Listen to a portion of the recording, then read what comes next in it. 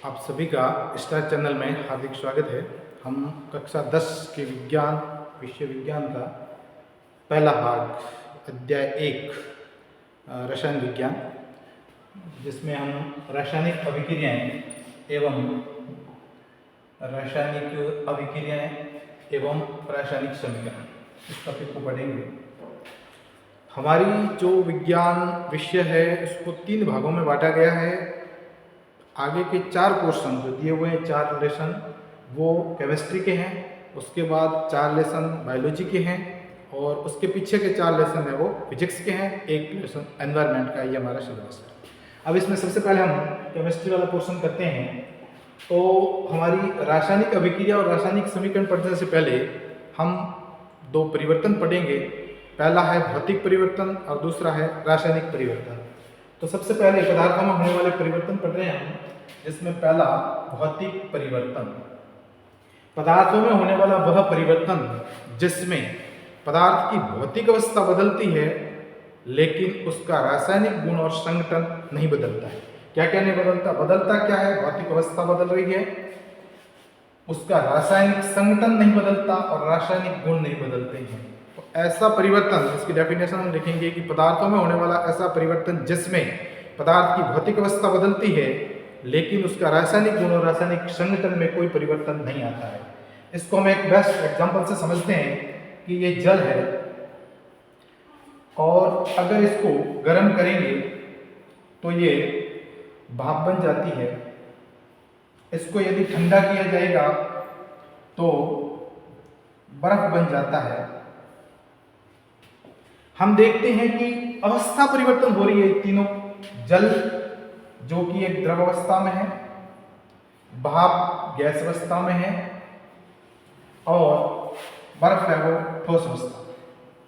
तीनों की अवस्थाएं अलग अलग है, पर तीनों का जो रासायनिक संगठन है, यानी कि इसी का भी सूत्र H2O होगा, इसका भी सूत्र H2O होगा और इसका भी सूत्र H2O होगा।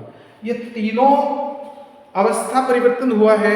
मूल पदार्थ एक ही है, जल से ही बना है भाप और भाप से वापस जल बना सकते हैं, जल से बना है बर्फ और बर्फ से हम वापस जल बना सकते हैं। तो इनमें कोई परिवर्तन, केवल भौतिक परिवर्तन हुआ है, अवस्था परिवर्तन हुआ है, रासायनिक गुण और संगठन में कोई परिवर्तन नहीं हुआ। इस प्रकार के परिवर्तन के हम गुण देखते हैं।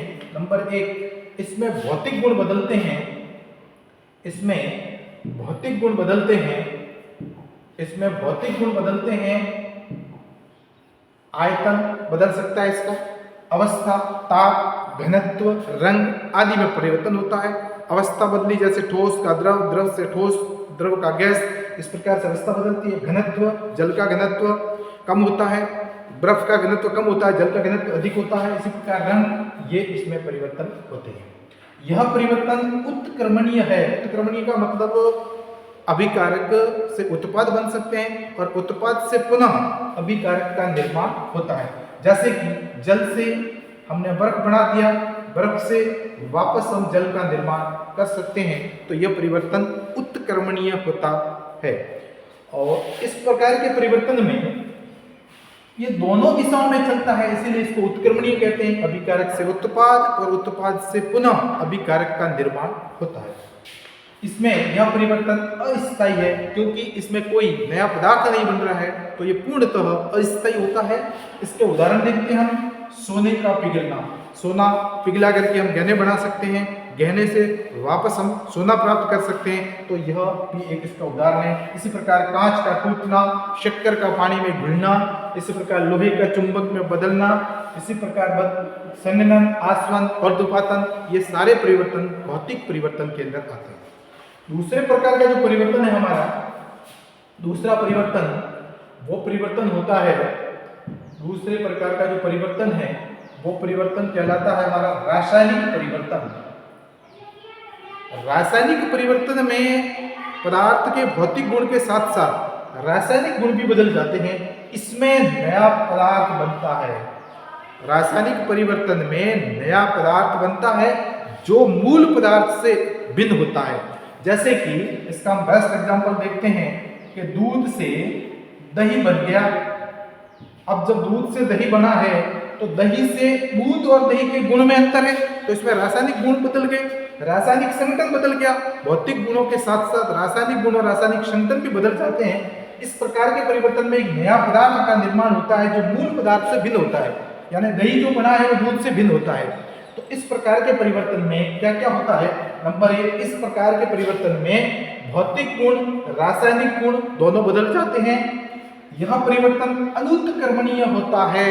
बन गया सो बन गया, अनुत्क्रमणीय है। वापस दूध से दही से दूध और दही से वापस दूध नहीं बना सकते, दूध से दही बन गया सो बन गया। इसीलिए यह परिवर्तन स्थायी परिवर्तन है, एक दिशीय है, एक दिशा में पूरा होने वाला है। अनुत्क्रमणीय होता है, यानी अभिकारक से उत्पाद बन सकता है, उत्पाद से पुनः अभिकारक का निर्माण नहीं हो सकता। यह परिवर्तन स्थायी होता है, बन गया सो बन गया, उसके बाद इस पर परिवर्तन संभव नहीं है। जैसे कि कोयला जल करके राख बना लेता है, राख से पुनः हम कोयले का निर्माण नहीं कर सकते। लोहे पर जंग लग जाता है, ऐसा का ऐसा लोहा पुनः प्राप्त नहीं कर सकते। दूध से दही बन जाता है, दही से दूध नहीं बना सकते। अवक्षेपण क्रिया है, दहन है, किण्वन है, ये सारी क्रिया ऐसी है जो स्थायी क्रिया है। एक बार हो जाने के बाद इसमें पुनः उसी मूल पदार्थ को प्राप्त नहीं किया जा सकता। ऐसे परिवर्तन को रासायनिक परिवर्तन कहते हैं। अब आता है कि हमारे रासायनिक अभिक्रिया, हमने इस प्रकार का प्रश्न इस पर पूछा जा सकता है कि भौतिक परिवर्तन और रासायनिक परिवर्तन में अंतर लिखिए, तो सीधा हम संक्षिप्त अंतर। नंबर 1, भौतिक परिवर्तन में केवल भौतिक अवस्था बदलती है, रासायनिक गुण और संगठन नहीं बदलता। रासायनिक